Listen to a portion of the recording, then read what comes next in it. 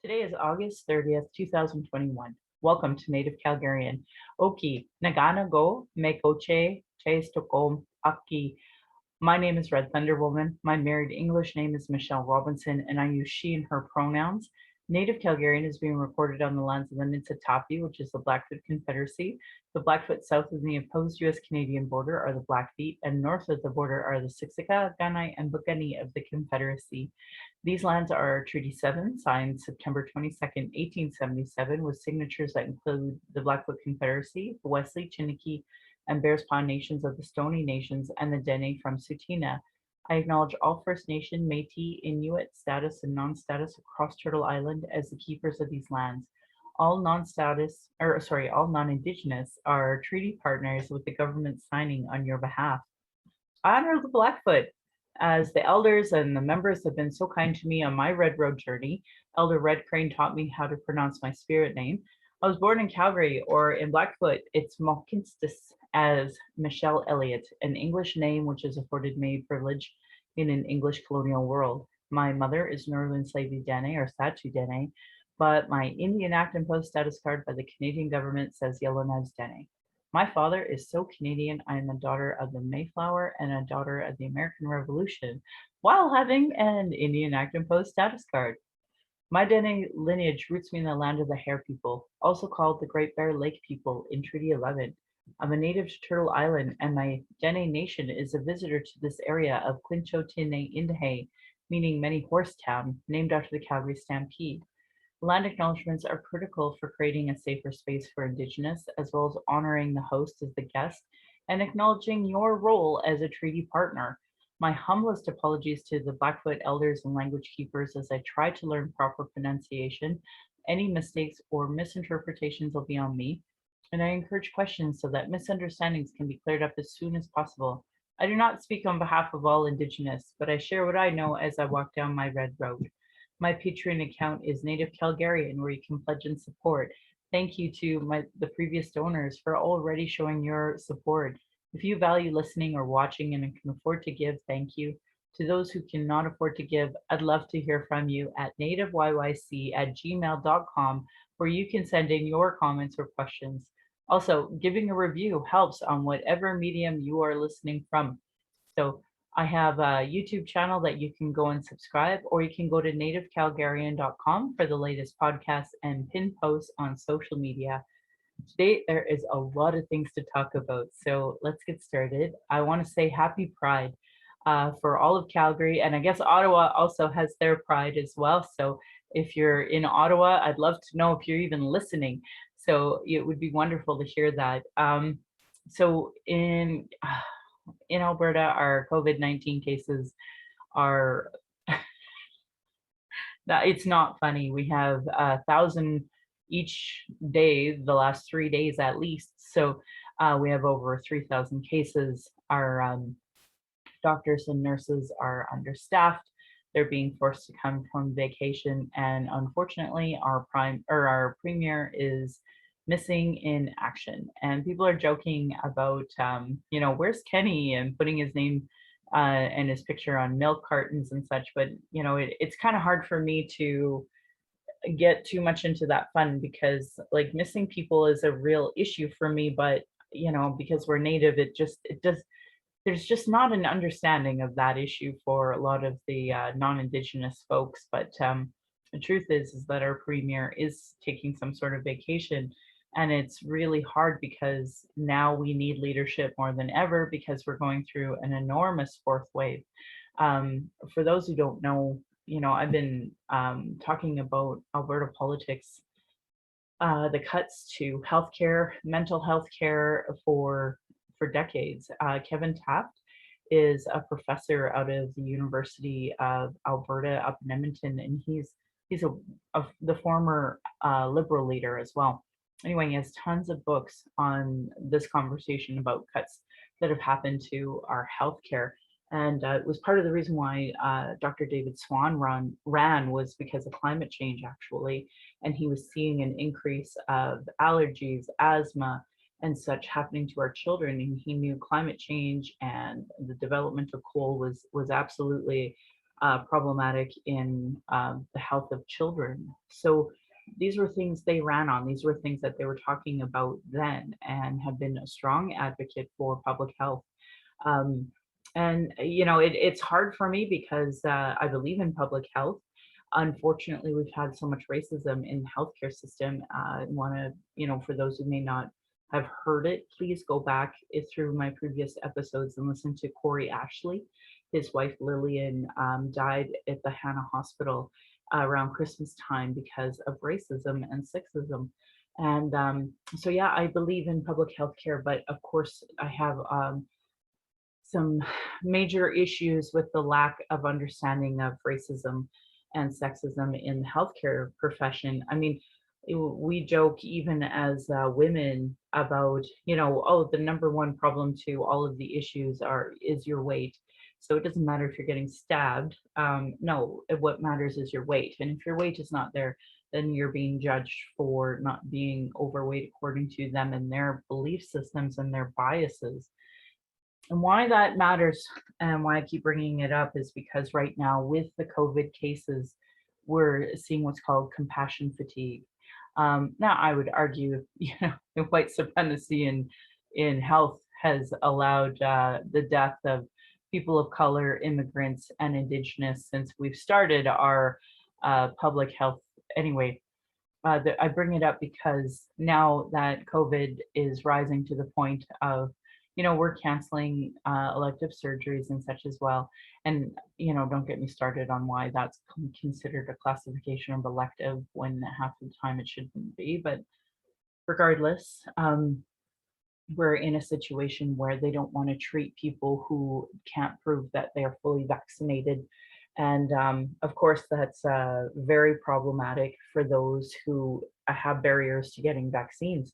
My daughter actually only recently got her second vaccine. So she'll be considered fully vaccinated in, I guess, a week. But, she was to get COVID today. The bias against Indigenous is so strong. I would be very concerned about her health care by the doctors and the nurses solely based off of their racism, but then also because of the COVID fatigue.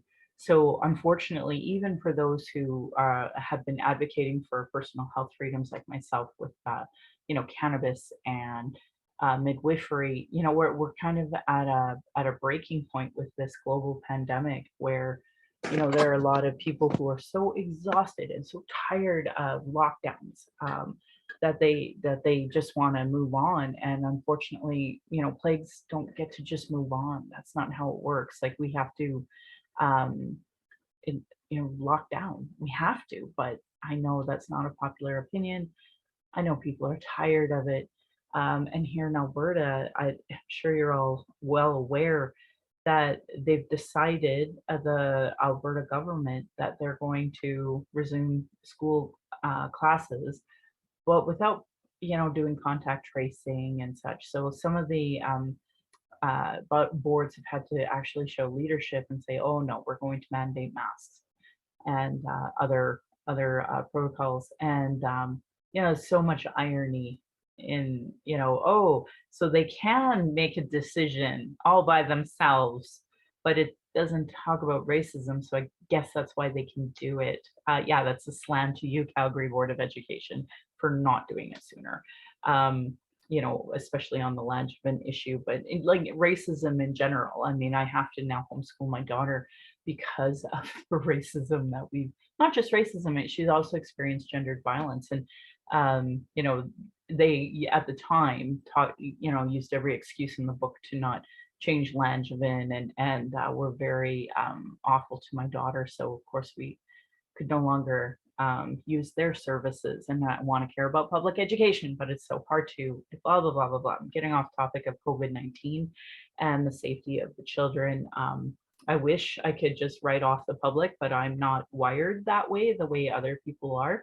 And, I'm very concerned about, I don't know, white supremacist little babies all being killed by COVID-19, unlike their parents. It's just not popular to talk about it like this, and it's a shame, because the bottom line is that these kids are going to be little incubators of spreading COVID-19. the Delta variant.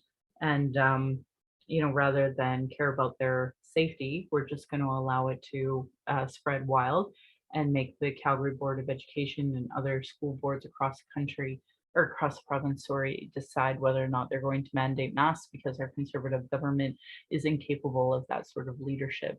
And not just that bigger picture that there's not buy-in. And in Alberta, quite frankly, the average Joe is uneducated about COVID, believes in these incredible conspiracies, and would rather die with COVID-19 than to get a vaccine from Justin Trudeau, because they have that intergenerational hate towards Trudeau and Liberals, and it's that bad out here in Alberta.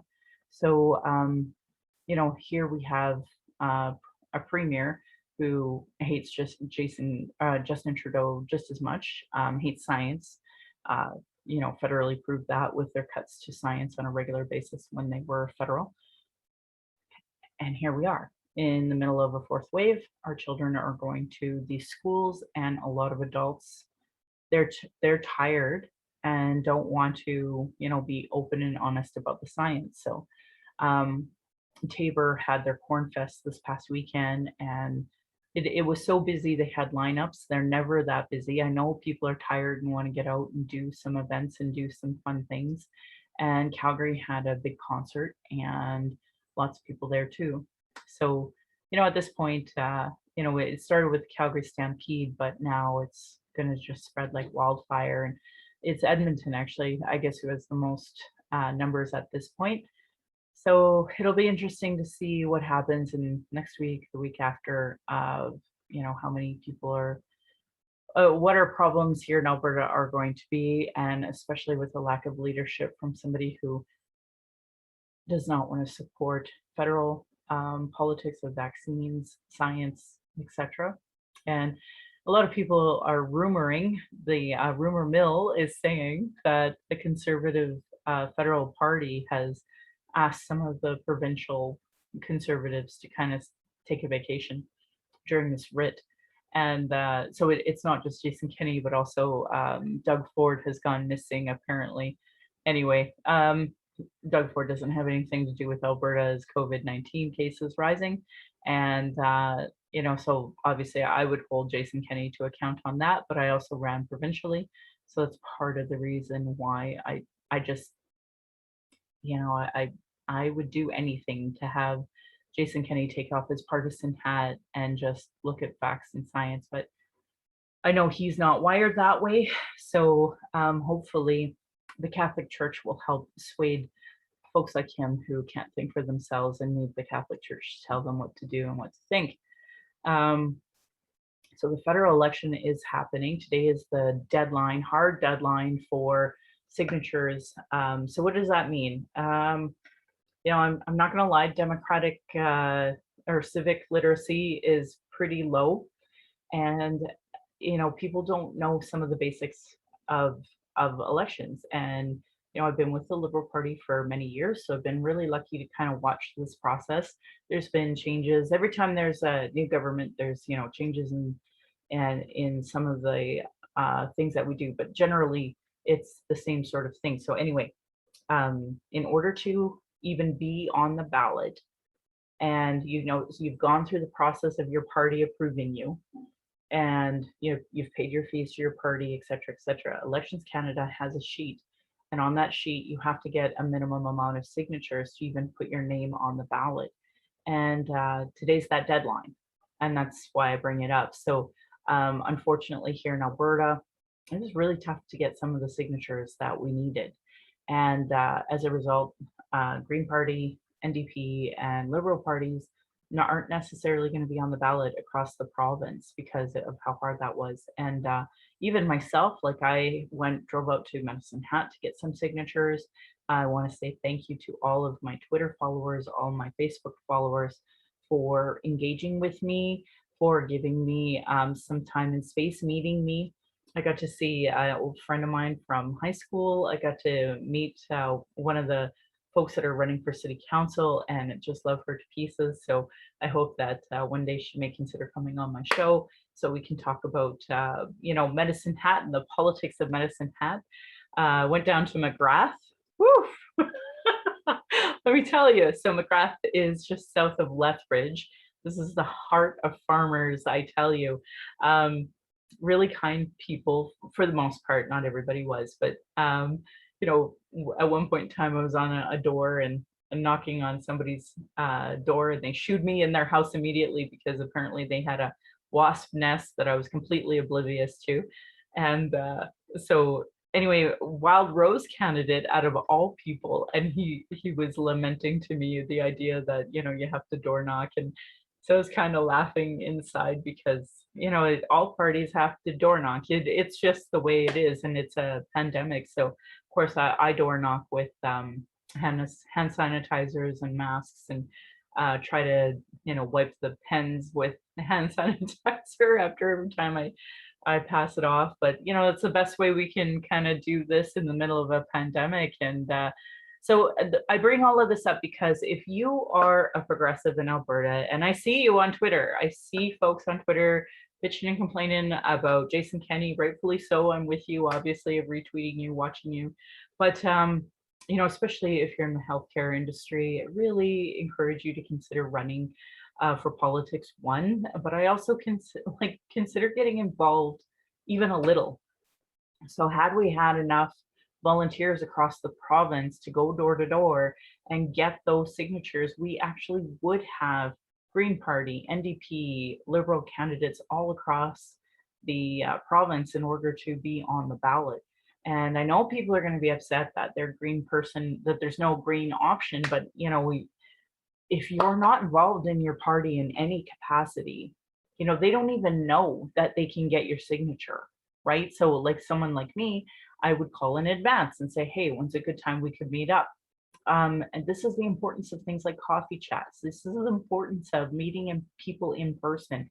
Is that, if we're going to do these things, we have to help each other. I'm a liberal, but I believe in democracy. So, I had an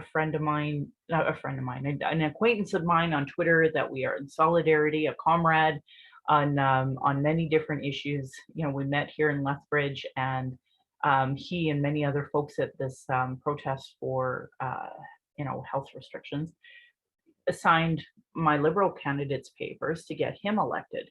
And of course, I wanted to return the favor when we had a friend of ours that said, no, he's going to run as an independent. So Kim Seaver, some of you probably follow him. He's an excellent writer, debunks a lot of political myths out there. Anyway, he's running as an independent. He got enough signatures, and really nice gentleman. His whole family, very nice people.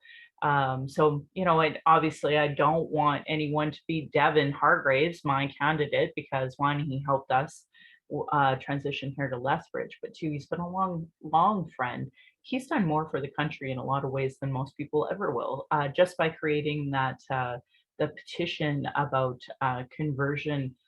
And I don't like using the word therapy. If my friend way out in Toronto who's gone, he said, do not use that. Say conversion practice. So anyway, conversion practice banning. I know I'm seeing people fighting over this online about it being, well, why didn't Justin Trudeau do that sooner? And I could sit here and talk about the dynamics. It's not going to change your mind. All I know is that we are working really hard at it. Unfortunately, working with the other political parties is difficult. I get annoyed when I see people blaming us for not doing more when anybody could have seen the attempt at filibustering that the Conservatives did on this conversion practice bill that we put out there. It was ridiculous. And unfortunately, I don't know why people just don't see that, but they hate the Liberals and Justin Trudeau so much that they're just like, this is it. But here's the thing. I know a lot of you are, Michelle, why aren't you an NDPer? I'll tell you fucking why. Because your unions are the reason why our children are still getting apprehended in these stupid child welfare cases. Your social workers, your nurses, your doctors from the hospitals, they're the ones who are calling child services, red flagging us. I personally was affected by this. Thanks a lot, nurses and doctors who did do this work. Police unions, who's the one beating the crap out of or murdering our Indigenous people? That's why I know a lot of folks would love to see me turn NDP, but you know, you can all make fun of racism in the parties, but this is what I seen. Our racism was exposed with Josie. Our racism was exposed with Jody Wilson Rainbow. I mean, arguably, since the beginning of time, liberals have been racist, but it was really exposed there, their anti-Indigenous bias. But, we're watching right now the Green Party implode over the issue of racism when it comes to their leader. And even with Jagmeet Singh, we're seeing a lot of the NDP members mad at him for stupid reasons as opposed to like critical reasons. So yeah, I'm not an NDPer, not probably never will be. We need to see, and the hypocrisy of this. Like, here's the other thing, folks, is that the Liberals provincially and federally are completely severed. Where our constitutions are not linked, that's across the country. Our constitution federally is for the Liberal Party. That's it. So each Liberal Party has their own constitution and they are completely separate entity. And that's relevant because the NDP isn't. Their constitutions are linked provincially and federally. So it's really hypocritical for Jagmeet Singh to be saying, climate change, blah, blah, blah, blah, it's real, and then not calling out John Horgan or Rachel Notley on their conversations on this topic. Like, it was shown that John Horgan approved the RCMP going in and violently arresting the monarchs of the Wet'suwet'en. So, I don't know what to tell you guys. I personally was at Pride, 2016 was it, where Rachel Notley, after our Voices, Blackfoot member, co-founder, did a beautiful land acknowledgement talking about sovereignty issues, and Rachel Notley came out screaming, "Build that pipe." In other words, we don't care about your Indigenous sovereignty. So the NDP is really hypocritical, on that topic. So I just wish that there was an understanding of this, and that's why I will never be an NDPer. But that said, I'm obviously believe in democracy. So if an NDPer shows up at my door, needs me to sign their papers, I would in a second. That's the irony. A lot of conservatives are like, "Oh, I love Canada and Canada's my country, but I don't believe in democracy enough to sign some liberal candidates' papers."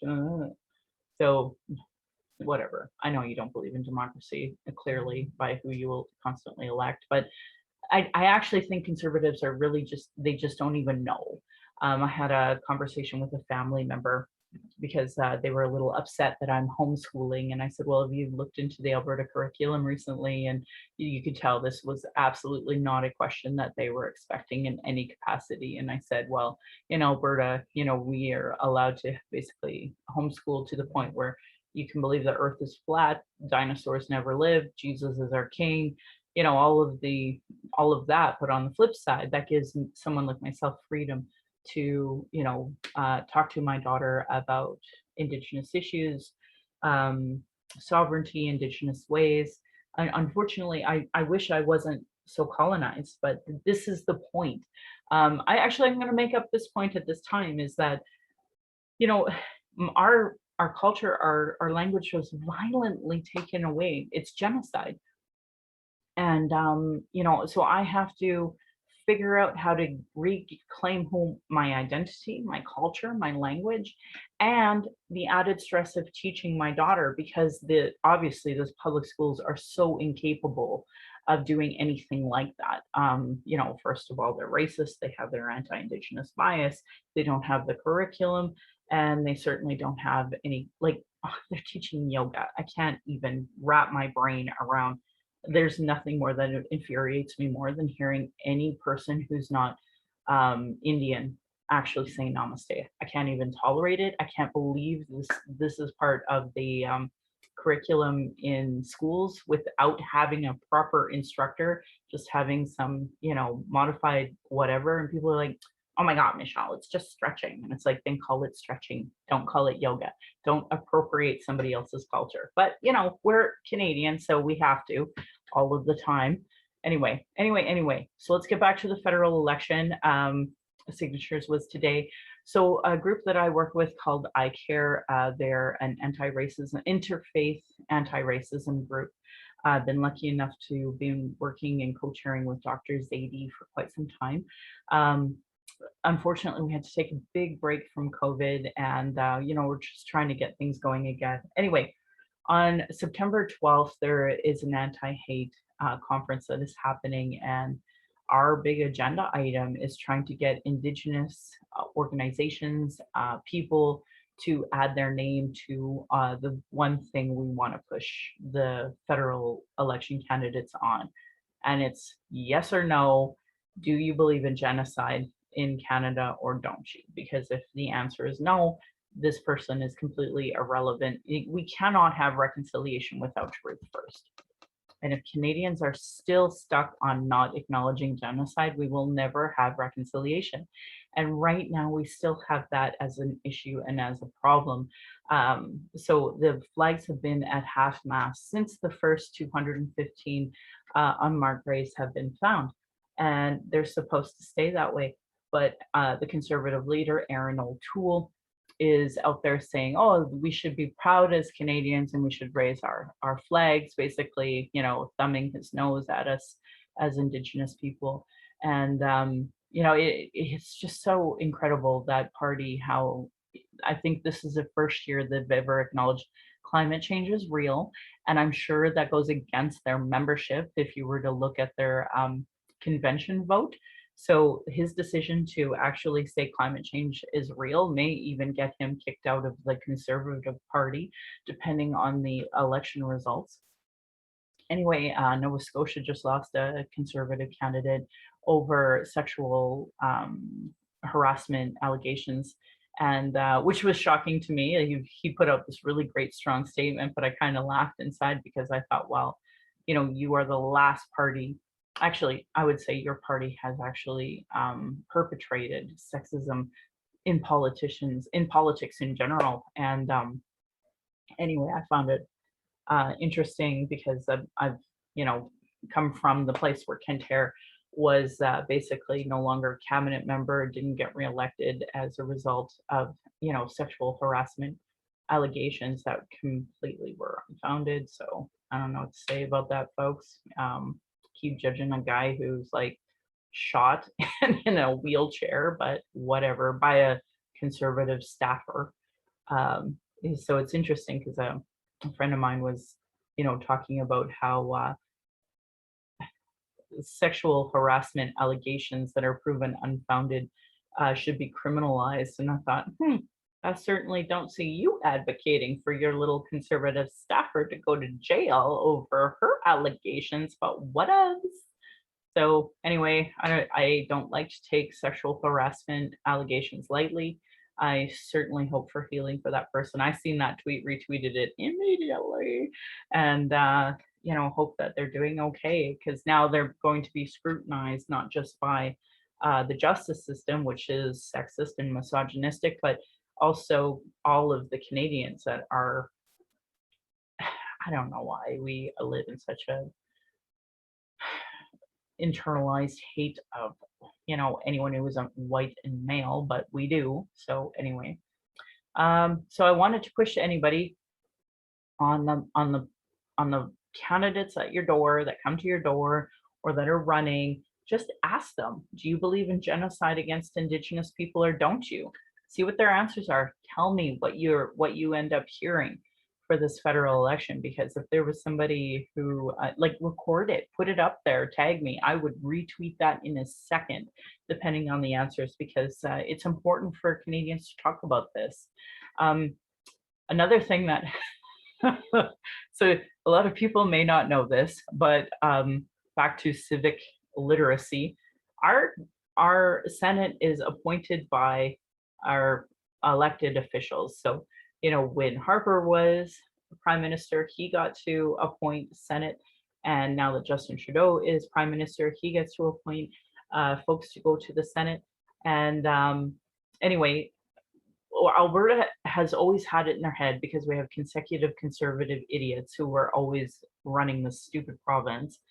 They've decided, oh, we're going to have elections for Senate, and we're going to honor that election.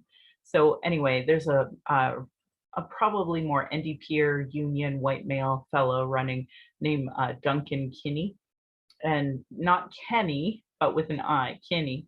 And anyway, he's running for Senate, and I'm really excited because this Kinney versus Kenny, they hate each other. So I'm like, if I'm gonna vote, normally I just spoil my ballot for the Senate vote, but if I'm gonna vote, it's gonna be for this guy, because anyone who's an enemy of Jason Kenney is obviously my ally immediately. So if you're in Alberta and you're forced to do these stupid Senate, I guess I should back this up a little more. So for civic literacy purposes, for those who are confused at all, so we won't be able to vote for the Senate until October, because it's the municipal ballot question, because this is provincial jurisdiction. It's part of the municipal ballot question. So you're not actually going to be voting for him when you do your federal election vote, right? Those are two separate elections, two different jurisdictions. It's just stupid. Voting for a senator is stupid. And I'll tell anybody in Alberta that. I mean, colonialism is stupid in general. I don't like their system that we have anyway. There was a really great article recently that came out from an Indigenous person who, and I think it was her, she wrote about just taking the Senate and making it Indigenous. I was like, yeah, that's a great idea. We should do that. Anyway, so these are some things that are coming up. So we have our federal election first, and then in the municipal election, there will be a question about who you would vote for Senate, which is so stupid, but welcome to Alberta. We do everything stupid. So moving on. So for those who we're a day late at least with this podcast, because we've been moving. So we've been moving from Calgary to Lethbridge. It's all Blackfoot territory, so it doesn't change. Somebody said to me, oh, you won't be native Calgarian anymore. And I'm like, so let's break that down. I didn't have time to break down with this person, but I just want to make it super clear. I think people who call themselves native Calgarian are showing their lack of understanding of colonialism. And it actually cracks me up every time somebody says, oh, I'm a native Torontonian. I was like, what nation you from? Because I know white people never mean that. White people always mean, oh, I was born in Toronto, which means that they don't recognize Indigenous land sovereignty. They don't recognize, all of these things. So that, and just saying, I'm a native anything when you're not native is actually just racist. And I know what you think you mean, but that's your anti-Indigenous bias showing again. That's why I named this whole podcast Native Calgarian. Anyway, getting off topic. So we're moving and doing a garage sale, and yeah, that's not fun. I don't love doing it. I highly don't recommend it. We had some guy show up early to get the G.I. Joe Transformer stuff, and he's like, oh, I'll do an e-transfer, and sent it over. The password didn't work, bounced back. He was already gone in his vehicle. Yay! So we got ripped off G.I. Joe and Transformer stuff by a collector. So awesome. Careful, folks, if you're doing garage sales. Don't make my rookie mistake. So needless to say, if it's not cash, you have to wait until the money's deposited. And I just encourage y'all to do that. But it's been hard going through my stuff. It's not just moving, it's, me as a mother letting go of my baby and her things and trying to celebrate her decision to let go of things that, I have such fond memories of her playing with, having, whichever. So it's been really hard. Interestingly enough, so Fairs is a group out here in Calgary that take used books, used movies, used CDs. And shockingly, they only took like half of our stash. We had boxes of it and lots of stuff they wouldn't even take. So I was kind of saddened by that. But at the same time, obviously, if it's not going to sell, I understand their position on that. So we've been giving, or that was in our garage sale. So it's been really weird giving away things that I know I paid at least $25 for in some cases. And now we're just letting it go for $1. So we'll have one more garage sale next weekend. And then, yeah, and here's another thing. So Value Village turned away all of our Christmas stuff. They said, oh, we don't want to store it. And Winds, like they had too much furniture, so they weren't taking some of our stuff. And COVID, London Drugs e-cycling still isn't going. Thankfully, the city dump is. I can't believe how much stuff we've been getting rid of. It's been very interesting doing a move. I know a lot of people move regularly. I am not that person. This was an unexpected move, but it's time for change, obviously, and I'm super excited about that. The fun part has been going through things and sharing really cool memories. And in fact, we found, because I was that helicopter mom who was like, bolting things to the wall and such.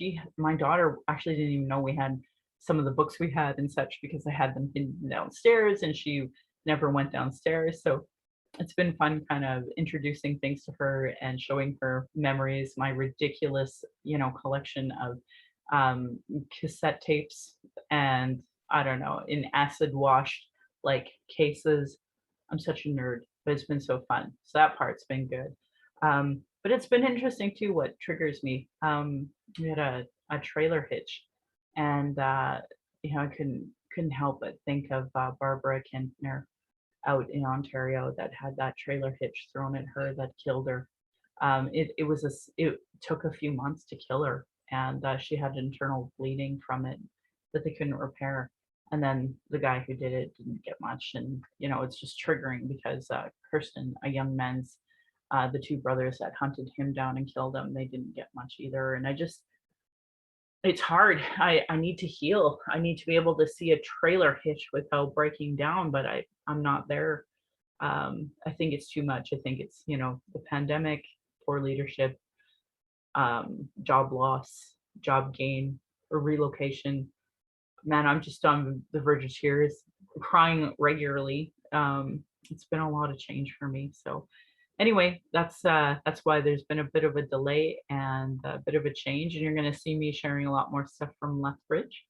Um, Another interesting thing that came from the garage sale was I had a friend of mine who's Two-Spirit come over and was talking about starting a family, and it's a polygamy, more than one partner in the relationship, and that as a family they're deciding to have a child. It was interesting looking at my book collection, realizing how violent the parenting books are out there because they're not gender neutral. They actually the opposite. And focusing on motherhood and woman and constantly that gendered lens when families don't necessarily work that way, one. And two, we're already starting from that imposed binary Christian belief system, like right at birth with that thinking. So my husband and I were really reflecting of how harmful a lot of the parenting books are that are out there. So we're going to start trying to change that in the best way that we can. And if you have any book recommendations, I'd love to hear from you. And of course, that I hope also changes the way we celebrate something like Pride here in Calgary, where we recognize that parenting is bigger than just the binary and monogamy and couples, right? Like we need to change the way we even talk about families. So, and that used to be the way Indigenous people raised their families, but that was stolen from us with colonialism. So yeah, my hope is that people will consider actually paying Indigenous people to reclaim their culture, language, if they truly care about reconciliation. So anyway, homeschooling has been interesting. I came across this. So I don't know if you all follow Richard Van Camp, but he's an Indigenous author and he always shares really cool stuff. So he shared this Ensouling Our Schools, a universally designed framework for mental health, well-being, and reconciliation, written by Indigenous folks. And it's literally about diverse classrooms in K-12. And my hope is that this will help kind of decolonize a bit of the education.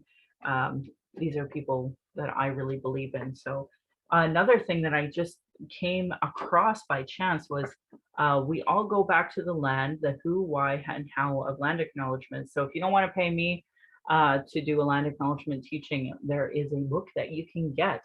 And I am really excited to read it. This is a Métis person. So of course, if you are part of my land acknowledgement teachings, I talk extensively about Métis and First Nation relationships and why it is I do what I do, blah, blah, blah. So I hope that it'll be interesting to read what they have to say here. But I've seen a few of the things here, the things, what am I saying? The book recommendations and commentary. And there's some really good people like Charlene Bearhead who spoke about this book, about how it illustrates the importance and complexities of land acknowledgements across Turtle Island. So yeah, really excited for that. And I just seen this one by Sheila Jones, Let the People Speak, Oppression in the Time of Reconciliation, with a foreword by Sheila North, who I adore. So I'm really excited to kind of skim through that and yeah, do some homeschooling with that lens, trying to reclaim who I am and doing that work of, yeah, what this is like with my girl. And, I always ask folks about and their comments and such. And I went to Trywood Community Association because Marilyn North Pagan was doing an e-recycling booth there with Laura Hack. And Laura Hack's little one said, "Oh, I recognize your voice. You're a native Calgarian." And Laura was telling me a lot of teachers are listening to me. So I wanted to give a shout out to you teachers who are putting in that effort of listening, not just to me, but to other Indigenous voices. And that was part of the reason why I wanted to show you the books that I'm reading. There's another one that the Settler Book Club from Kat, she's working on. So if you go to settlerbookclub.com, you would, or maybe it's .ca, either or. It's a settler book club here in Calgary, and they're dissecting Blackfoot ways of knowing with Betty Bastin. So I have that book. I'm hoping to kind of get into it a bit more as well because we're on Blackfoot territory, and I think that knowing their ways of knowing is the best you can do as a treaty partner, as somebody who's working on reconciliation and such. So I'd love to hear from what you're reading. I'd like to know what you recommend, what you didn't like. And if you did like something, please put that positive recommendation out there into the internets, because we experience racism, as you all know, and Indigenous authors and women of color authors, they are targeted, and people put really bad reviews for no other reason than they're racist and they hate people. So if you are obviously doing that work of reconciliation, love for you to put your positive reviews out there for the authors. But I also want to hear what you're reading, because I'm a nerd and I have my book club. I'd love to see you there, and we can talk about those books. But if you can't attend my book club and you're out in internet world, a lot of them are on my YouTube channel, so you can see them there. We try to make them podcasts too, but sometimes we're a little, we do the podcast later. So anyway, so Kat from Settlers Book Club also gave us this flag, and my daughter won, and we're really happy. Thank you for your love, your kindness, Kat, but also for your work that you do with the Settlers Book Club, for being part of the Reconciliation Action Group. And I just want to put a plug out there one more time. If you're Indigenous or you have an Indigenous organization and you want to support ICARE, the group that I'm a part of, on an anti-racism initiative of asking all federal candidates, do you believe Indigenous experienced genocide here in Canada? Yes or no? Please let us know. We'd love to include your logo in our world and move forward with that. So anyway, I'm going solo two weeks in a row because I've just been really busy with the move. Thank you for listening always. And with that, I'll work on my exit for now. I'm proud that this podcast has given solutions and included cultural safety training, cultural first aid, and tried to create a safer space for Indigenous people of color, those with disabilities, LGBTQ2+, This is an Indigenous-centered podcast. I'm not going to placate anymore. I'm not going to white code. I'm not going to, settler code anymore. I can't. It's not in me. I want to say thank you to Cheryl Ward, Chelsea Branch, and Alicia Fridkin of heretohelp.bc.ca on their piece of what is cultural Indigenous safety and why I should care about it. Because these are things, if you guys don't know what cultural first aid is, please go Google it, go to heretohelp.bc.ca. Their work on those cultural action tools, I've said in the first 100 podcasts I did. And I just wanted to support Indigenous workers as part of the conversation on reconciliation and settler understanding. And I'm just really lucky to highlight it and repeat it here. Internalized racism, lateral violence is another form of violence Indigenous and marginalized people experience by the structure of racism imposed on these lands. RacialEquityTools.org has a resource called What is Internalized Racism by Donna Bevins. And, I really recommend folks read that if you don't know what I'm talking about, because if you are a person of color, if you're Indigenous and you're like, what's internalized racism? You may have an idea what it is, but even I'm constantly unpacking what that is and trying to challenge it on a regular basis. I had I had a couple of interviews last week, and I got some hate mail from somebody saying, well, I'm married to a Native man, so, you're hateful, blah, blah, blah. And challenging them, like, out of all of the hundreds of people that are on the news every single day, you went out of your way to purposely target an Indigenous woman to tell her she's wrong, even though you as a white woman would never experience that. So, I was challenging her on that before she blocked me. And I wanted to throw that out there to folks that, if you don't know what racism really is, really unpack it. And lots of Black scholars, Black authors have put out some great pieces on that. That's not just helped me on my journey, but helped me challenge anti-Blackness that I see on a regular basis. The do's and don'ts for bystander intervention by American Friends Service Committee. And I just recently got in touch with the Asian community that started the Act to End Racism.ca. You can text at 587-507-3838. Indigenous have been talking about our issues, sharing our traumas in reports, commissions, and public hearings, so it can be regularly disregarded. No more. Honor our words, honor the treaties, listen to politicians and their policies and platforms. If they don't recognize marginalized people in their budget with Gender Equity Plus, if they are cutting violence prevention program services, Indigenous education, uterus health choices, gay straight alliances, lack of human rights for migrants, immigrants, folks with disability, know that your vote to that party directly negatively impacts marginalized people. Demand that they implement the Truth and Reconciliation Commission calls to action. I'm laughing because the federal government went out of their way to, recognize September 30th as a call to action for Orange Shirt Day. And of course, Jason Kinney, who hates natives, was like, we're not going to honor that.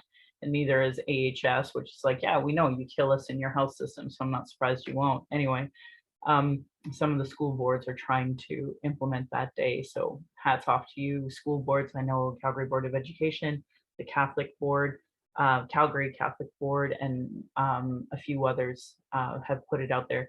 Only like 7 out of 63 or something. There was somebody who is Indigenous who did the number crackdown and showed that the Alberta boards of education are not going to necessarily honor September 30th. So anyway, all of you conservative voters here in Alberta, you are purposely marginalizing Indigenous people. And Jason Kinney, obviously, our premier, is not implementing the calls to action. Anyway, the recommendations of the Royal Commission on Aboriginal People, multiple reports about child welfare reform, violence prevention, and now 231 calls to justice on the National Inquiry on Missing and Murdered Indigenous Women, Girls, and Two-Spirit. Denying these reports is a form of abuse called gaslighting. Are people experiencing racism in educational, justice, and health institutions with multiple reports that say the same things? Demand change from election platforms and politicians. If they don't understand colonialism, racism, privilege, and sexism, they literally have zero business running. This should be understood by all parties, local politicians, community organizations, sports clubs, etc. Another article that you can Google is Truth Before Truth, How Non-Indigenous Canadians Become Allies. There are multiple different pieces now on that, so I hope people consider it. If you're experiencing emotional distress after anything we talked about today, you can call the First Nation and Inuit Hope for Wellness helpline at 1-855-242-3310. It's toll free, open 24 hours a day, 7 days a week. They also have a text option on their website of hopeforwellness.ca. If more related to missing and murdered Indigenous women, girls, and Two-Spirit, you can call 844-413-6649. There's also, for non-Indigenous distress center lines in your areas, usually a functioning 211, or you can call 833-456-4566. There's also a 60 Scoop Indigenous Society of Alberta at ssisa.ca. Go for hashtag survivor driven. And I also want to give a shout out to the Trevor Project. They give lots of resources for LGBTQ2+ youth. They have a trans lifeline, youth peer support number as well. And then of course, Kids Help Phone at 1-800-668-6868 and lifevoice.ca for crisis supports and LGBTQ crisis supports. I wish they had a 2 in there, but they don't. That's okay. It's not okay, but I'll let it go because it's really important work they're doing. Violence is an everyday reality. Every Indigenous generation has faced it. That's why I started this podcast, to speak freely without interruption, without tone police, without leadership shaming, without gaslighting questions, as many people don't want to hear my opinion, but sure want to tell me theirs. And especially when they don't know anything about colonialism, Indigenous, constant surveillance of our people, our protests, our vigils, and our rights. Microaggressions, people dealing with internalized racism, and then they become gatekeepers and live off the status quo, or other folks who are just in their trauma and stop people from being able to do the work of healing and deplete the personal resources. Internal and external racism is an everyday reality for Indigenous people. That's why I needed this podcast, because there's no media representation of Indigenous voices. Although we'll give shout out to Windspeaker because they are fabulous. I love listening to them on the radio. And I had a fun story of an old friend of mine who came to our place to get some scuba gear, married a beautiful Filipino, and had a baby together. It was just so refreshing hearing him say he liked Windspeaker. And that made me happy. Anyway, thank you. Thank you to my ancestors, my granny, my mom, of what strength looks like through your example. I want to thank my dad for teaching me to be strong and blunt. My stepmom for showing me what a proud culture is through her Austrian family roots and teaching me to be a proud Calgarian. Through her, I am a second generation proud Calgarian. Thank you to my husband, Darcy, for producing and editing this show.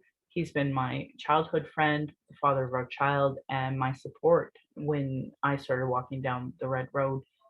He's witnessed decades of racism and sexism, and to our child, who we are blessed to learn from daily. I'm honored you chose us. You give me daily accountability to be a better and stronger person. I hope my daughter and my family will be proud in the future of us trying to discuss these present day issues. My Patreon account is Native Calgarian, where you can pledge and support. Thank you to my previous donors for showing your support. If you value listening or watching and can afford to give, thank you.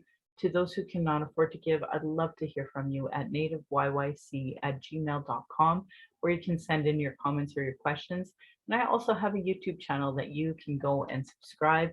And if you leave positive reviews in any of the different mediums that you listen to this podcast, that helps me very much if you can't donate. Go to nativecalgarian.com for the latest podcasts and their pinned posts on social media. I want to end by giving side-eye to those Calgary rabbits. You're lucky I'm not Tradish. And my beautiful cousin would respond, or you'd be in my dish. Thanks for listening.